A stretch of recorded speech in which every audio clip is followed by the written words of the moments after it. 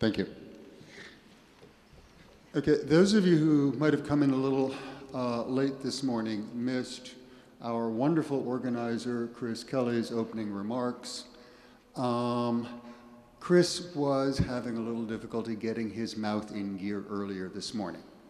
And so in addition to calling Robert Thurman a preventer instead of a presenter on one of yesterday's panels, he also, at least to my ears, seemed to be saying that I was not the moderator, but a martyr on one of yesterday's panels, too. Well, no, I wasn't really feeling like a martyr yesterday, but maybe this morning I'm going to, because I hadn't, when I wrote the essay for our panel today, I hadn't realized that Alan Wallace would be making the very interesting and provocative remarks that he did just now about contemplation, about meditation. So here goes. Okay. Is meditation a means of knowledge? Meditation is, after all, an integral part of Buddhist practice.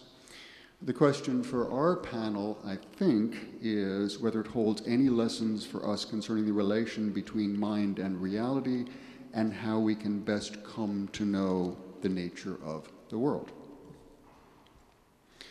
Now, I should say that by meditation, in my remarks, I'm going to mean the sort of focused introspection that Alan Wallace was just describing for us. I don't mean all sorts of other practices that are also often included in what gets roughly called Buddhist meditation. Those can include, for instance, visualization practice, practice of projecting loving kindness throughout the world, various other forms of practice that involve various disciplined ways of changing deeply entrenched habits. What I'm going to be talking about is rather just the sort of focused introspection that I think plays an absolutely central role in what I will call the Buddhist Enlightenment project. Now, one often hears claims about the benefits of meditation for physiological and psychological well-being, even for one's success in business or tennis or what have you. Well, these sorts of claims that we hear today have, in fact, a very long history. The classical Indian sources credit yogins with all sorts of supernormal powers. For instance, the ability to see things very, very far away. The ability to see very, very small things. For instance, in Nyaya, it's claimed one of these yogic perceptual abilities is the ability to see atoms. Okay? Something most of us obviously don't have. We need to use special tools. The ability to remember past lives is also supposedly a yogic power, a power that is developed through engaging in meditational practice. But by and large, the Buddhist tradition has held these things, these supernormal powers that are developed, that can be developed through meditation, to be a distraction from the business at hand, which is attaining liberation from suffering, that is, attaining nirvana. So what role does meditation play in the Buddhist Enlightenment project? Well, my characterization of meditation and the role it plays in Buddhist practice overall is no doubt going to be controversial, but that's nothing new. While most Buddhists agree that both philosophy and meditation are necessary for enlightenment, for attaining nirvana, release from suffering, there is a long history of real tension between partisans of philosophy and partisans of meditation. And within classical Indian institutionalized Buddhism, of course, there were specialists in both. You need to train a large body of new monks in both. Then you're going to obviously divide up the labor and have some people who specialize in philosophy and others who specialize in meditation. But then you get these two classes of experts, in fact, dueling with one another. Each side accusing the other of giving undue weight to their preferred practice, and so you get distortion. Well, I'm a philosopher by training and by occupation, so maybe I've simply got it all wrong. But here at least is my understanding of the situation. The Buddhist Enlightenment Project is aimed at helping us overcome existential suffering by dissolving the false assumption that there is an I whose life can have meaning and significance. Okay? Existential suffering, as most thoroughly crystallized in fear of death, the realization of our own mortality, the sense of frustration, alienation, and despair that can arise in response to recognition of our own mortality. But, of course, suffering runs deeper than that. That's just the signal instance. That's the point. Philosophical reasoning helps us see how our deep-seated sense of interior subjectivity might not reflect reality, but instead result from processes of conceptual construction. The sense of an I is, in fact, the result of various conceptual impositions on reality and does not, in fact, reflect what's really there. And this, by the way, is where we heard some reference made yesterday to Daniel Dennett's notion of the self as the center of narrative gravity, which is clearly one way of making the point that the sense of an I, the sense of self, is in fact a conceptual construction. Well, that fits quite well with the Buddhist account. But this is the role of philosophical reasoning in the project. Such reasoning can only take us so far. The point of meditation, I think, is to bring home to the practitioner in a very concrete and immediate way the fact that there is no one home. We all know the difference between the sort of knowledge that can be called merely theoretical and the kind that can successfully disrupt deeply entrenched habits by being somehow more immediate than the merely theoretical kind. For instance, I knew for many years, in that merely theoretical sense, that smoking can damage the heart and the lungs and do all sorts of other bad things, to oneself as well as to others. But it wasn't until I heard that wrong note on the echocardiogram that I quit. I quit, in fact, that very day. Well, we can likewise know perfectly well that there is no enduring entity underlying the flow of mental states. David Hume presumably knew this, but such knowledge doesn't necessarily disrupt the habits forged from earliest childhood of thinking of such states as mine, and of thinking of this me as an ongoing project for which the events of this life have significance.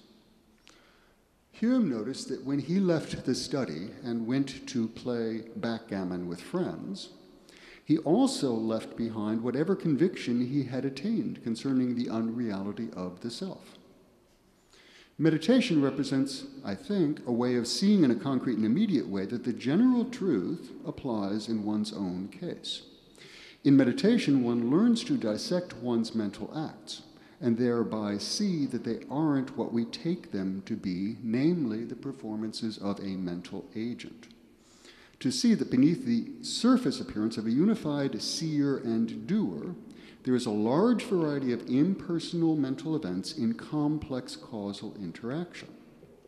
It is this experience, the experience attained in meditation, that presumably brings about liberation from the illusion of a self and the suffering that is engendered by that illusion. Now, this is actually, I think, part of a pan-Indian phenomenon. Indian epistemologists in general agreed that perception is the foremost means of knowledge.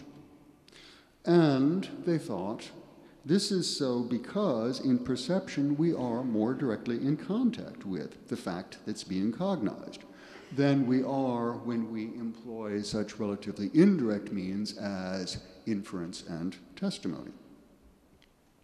So, in perception, our awareness of the fact in question is more vivid. Now, I think what we have in the case of meditation and the use it is put to in the Buddhist contemplative tradition is precisely an instance of that. Meditation is designed to make more vivid the truths that we first discover through philosophical reasoning, that strictly speaking there is no one home, dissolving the sense of a me for whom the events in this life can have meaning and significance.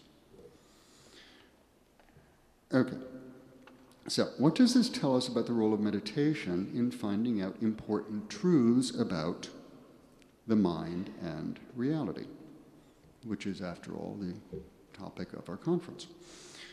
Well, it might suggest that the Buddhist meditation tradition represents a 2,500-year-old mind science to which neuroscience should look for insights. And I think we heard earlier this morning in Alan Wallace's wonderful presentation a very interesting and insightful plea on behalf of just that position. Now, the thought here would be that meditative techniques are designed to enhance one's introspective powers. In fact, this is exactly what we heard Alan Wallace say. So that what one observes in meditation more accurately reflects mental reality than do the deliverances of ordinary folk psychology. And I should say something here about, okay, folk psychology versus mental reality as presumably exhibited in meditational practice. In this respect, I would claim the Buddhist tradition is, in fact, reductionist. It is not reductionist in the sense in which we've been hearing the word reduction used over the course of this conference. Not mind-body, not physicalist reductionist. In fact, for the most part, the Buddhist tradition maintains a kind of ontological dualism. It's not a substance dualism. It's not saying there are two distinct kinds of substance, thinking substance and extended substance. But it is a kind of, okay, I'll use some philosophical shorthand here, a trope-theoretic dualist. There are two kinds of tropes, that is, quality particulars. There are the rupa ones, those correspond roughly to what we think of as the material world, and then there are the nama ones, which correspond roughly to what we think of as mental phenomena. Okay, and you can construct all of reality out of those tropes, but they are, in fact, two distinct kinds of tropes. Well, okay, so they are dualist in that respect, but they are nonetheless reductionist in another important sense, namely reductionist about persons. The underlying idea here is that the person is a whole made of parts. And it's only because it's useful for us to think of all those parts all working together as one thing, the person, that we in fact get this, according to the Buddhist, misleading sense of there being a me, who is the author of this narrative, the narrative of my life. But the claim is that is a mere conceptual fiction. The ultimate underlying reality is a reality of thoroughly impersonal physical and mental states, or physical and mental events in complex causal interaction. And the point here of both Buddhist philosophy and Buddhist meditational practice is to get in clearer touch with that underlying purely impersonal reality, and thereby see through the mere conventional reality of the person, me. You see it as a fiction, a useful fiction, no doubt, but a fiction nonetheless. Not in our first-class ontology, only in the second tier, backbenchers, ontological backbenchers. Okay, so that's how I see the overall Buddhist project and the relation of meditation to philosophy in that project. And now, once again, the question is, could meditation be somehow in a serious, significant alliance with neuroscience as a kind of tool to be used in the cognitive science lab? Well, perhaps. But I think that conclusion may be just a tad premature for two reasons. The first has to do with the obvious point that introspection is methodologically problematic in the science context. Now, hang on, because I have a little bit more to say about that. Okay. Here's the first pass. There just isn't any reliable way of getting independent confirmation of the results. But this is not the so-called privacy problem. It's a deeper problem. Because, okay, someone can object to this point by saying that Buddhist meditation techniques have proven reliable and effective for millennia. Well, the difficulty is that this fact alone does not rule out the possibility of confabulation. Indeed, it's easy to see how mastery of Abhidharma philosophy, the kind of philosophy that is typically done as a precursor to engaging in meditation, traditionally, how mastery of that philosophy would prime the meditator to individuate the mental states of their inner lives in terms of the categories of that tradition. And those categories, it's well known, arose out of the efforts of early Buddhist commentators to make sense of the array of technical terms that the Buddha used in describing meditational practice. So, the typology of mental states that's at the heart of the Buddhist meditation tradition rests on the assumption that the Buddhist teachings give an accurate mapping of the mental landscape. And so there seems to be an implicit appeal to the Buddha's omniscience in these matters. And that doesn't fit well with the methodologies of the natural sciences, which require universal fallibilism. There's nothing that anyone can't be wrong about. But there's another problem, another way of getting at the difficulty of confabulation, which is that, in fact, different Abhidharma traditions individuate the ultimate mental states that one discovers in meditation differently. And, not surprisingly, those who embark on meditation, having mastered one particular system of Abhidharma, will, in fact, surprise, surprise, discover just the mental states that that tradition describes as their bedrock atomic mental states. Another tradition, which individuates things slightly differently, will lead to meditators, in fact, seeing their mental reality in its terms. And then, of course, when we look beyond the Buddhist tradition to other yogic traditions in classical Indian culture, we're going to find yet different maps of the fundamentals of the mind. This is the real difficulty. We have a problem of intersubjective agreement.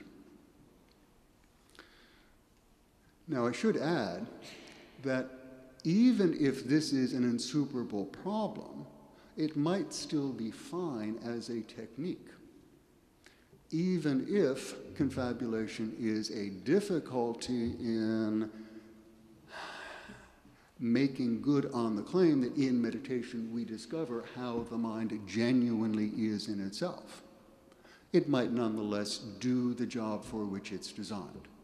And here's the analogy. That echocardiogram note that I heard was, in fact, a false positive. There was nothing wrong with my heart, but it did make me quit smoking. Okay, so this is one problem with supposing there can be this full-scale collaboration between the Buddhist meditation tradition and neuroscience. But there's a second and deeper reason to perhaps be skeptical about the claim that the Buddhist meditation tradition can be directly incorporated into cognitive science.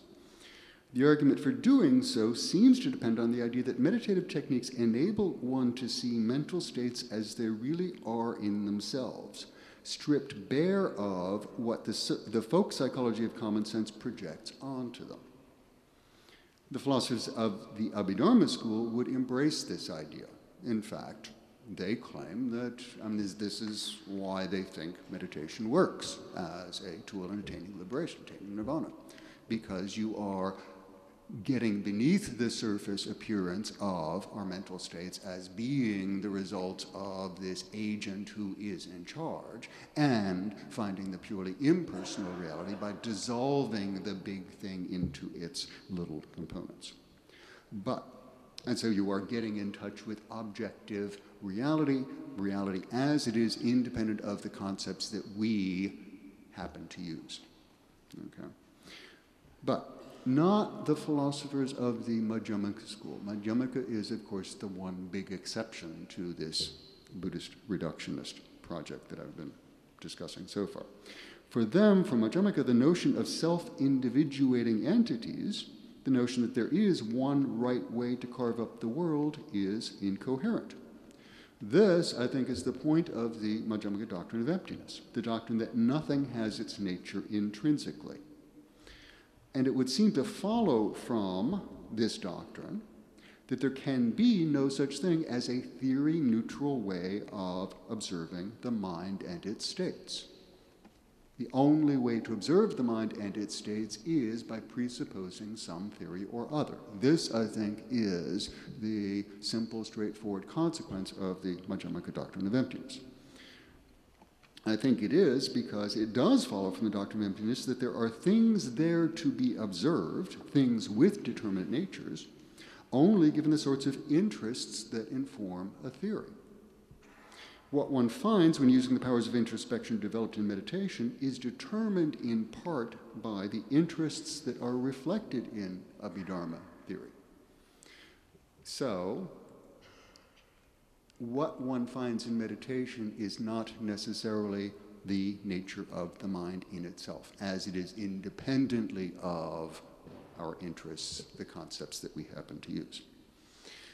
Now, to this, I immediately hasten to add that the same thing goes for science. Same thing goes for the observations used to test theories in cognitive science, for instance. For any science, for that matter. If Madhyamaka is right and all things are empty of intrinsic nature, then the observations used in the construction and confirmation of scientific theories must likewise depend on some going theory or other. Cognitive science is no more able to show us the mind as it is in itself than is meditation. If the Madhyamaka arguments are sound, there is no such thing as how the mind is in itself.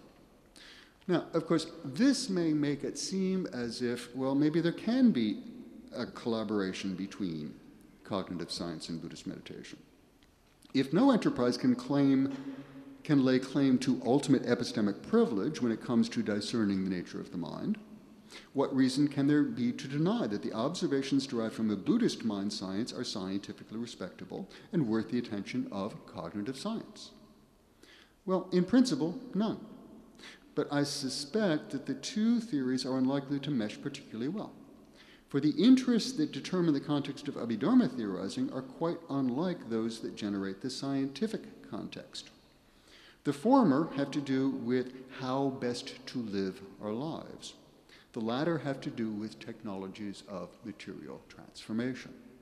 Now, that's not to denigrate either enterprise, it's just to point out that they are, in fact, generated by rather disparate interests. And so it's not clear to me that the two kinds of enterprise are going to mesh particularly well. Okay, but this brings me to a third point. I myself, as a philosopher, think that the jury is still out on the possibility of a strictly physicalist reductionist cognitive science. Okay.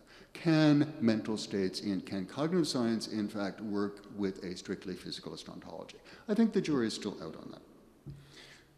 Physicalism may be on its way, reductive physicalism may be on its way to winning the battle over mental causation.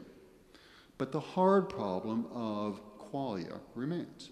And I agree, it's a hard problem. It's not clear to me exactly how that problem should be solved. The problem, in other words, of bridging the so-called explanatory gap between accounts of one's brain states, one's neurophysiology, and the how it feels to me when I see something red. Okay. Bridging the gap between those two kinds of descriptions.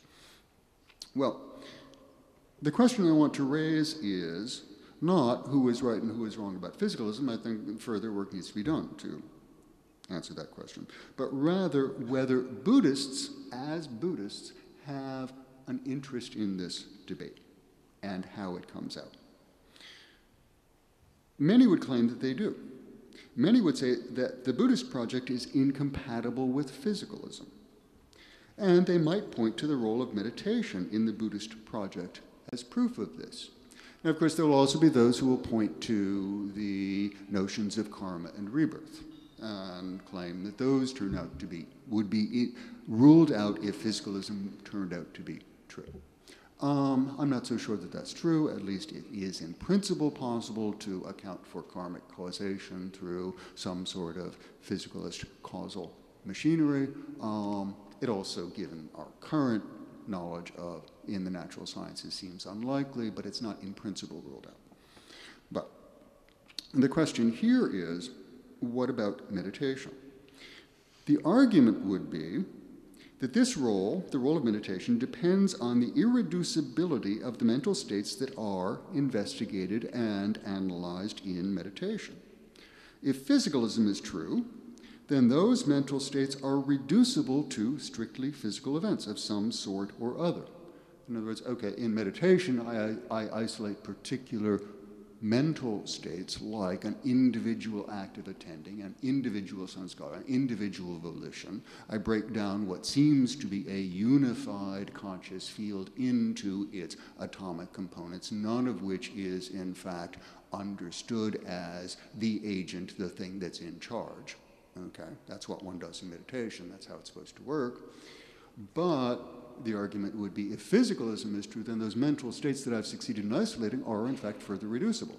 I've reduced what looks like one thing, the conscious agent, to many things, many individual conscious states, but those aren't the ultimate, what's ultimately real either, it turns out. Those are mere conceptual constructions too, because if physicalism is true, those are reducible to neurophysiological events of some description or other. Okay, that would be the argument for claiming that a physicalist outcome to this debate in cognitive science and philosophy of mind would, in fact, be disaster for Buddhists. Because then meditation could not reveal the final truth about the mind. And thus it could not do the work it's supposed to do of undermining our implicit belief in a self. Okay? That's the argument that someone might make as to why Buddhism does have a stake in this debate. Well, I think it will be clear from what I've already said what I think a Madhyamaka would say in response to this. Given the Madhyamaka doctrine of emptiness, there is no such thing as the final truth about the mind. And here I liked what Owen Flanagan had to say yesterday morning in talking about the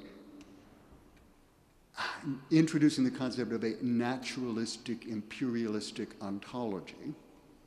Okay, supposing that the ontology that goes along with a naturalist physicalism is in fact the final truth. This is all that there really is.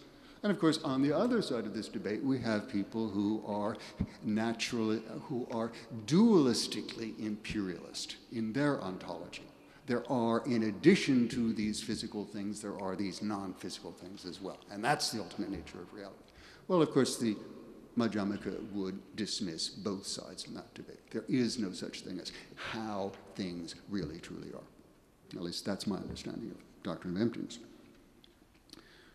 In fact, for Madhyamaka, all this passionate debate over the truth of physicalism would just serve to reinforce their conviction that metaphysical disputes involve subtle forms of self-construction. When someone pounds the table and says, there's more to me than just this body, What are they doing? They are pounding the table. And what are they revealing through that gesture? That they think the truth is on my side. Okay? And that's a subtle form of self-construction. Well, not so good from a Buddhist perspective. But leaving Madhyamaka aside, I think even Abhidharma could agree that there is no reason for Buddhists to prefer one outcome over another in the debate over physicalism. Or at least there isn't any reason I can see that derives from the role that meditation plays in this Buddhist liberation project. For that role depends on the efficacy of meditation in undermining the seeming reality of the categories of folk psychology. And here I would actually allude to Susan Carey's very interesting discussion yesterday afternoon, talking about research that reveals a core knowledge of intentional agency. Where that fits very neatly into the Abhidharma project is it reveals to us a foundation for folk psychology which sees each of us as an intentional agent. Okay, this is the equipment that human infants come into the world with, that explains how folk psychology generates this view. It gives the infant the basic resources on the basis of which, through developmental process, we come to think of ourselves as persons and thus come to have that sense of agency of being a subject. Well, of course, the role of meditation is to get beneath the surface of that perhaps innate or perhaps environmental, socially constructed, or perhaps a little bit of both, folk psychology that the Buddhist says is, in fact, the ultimate cause of suffering. Meditation does this by showing how the subject of cognition can be reduced to a set of causally related impersonal mental events. Now, if physicalism is true, then those mental events will allow of further reduction. But this does not threaten the success of the reduction. If meditation succeeds in showing us why it would seem as if there is someone home when there isn't, then it's done its job. And this, I might add, this anti-homuncularist job, dissolving that sense of there being a little person inside me who is the real me, okay? Getting rid of the homuncule, the little person.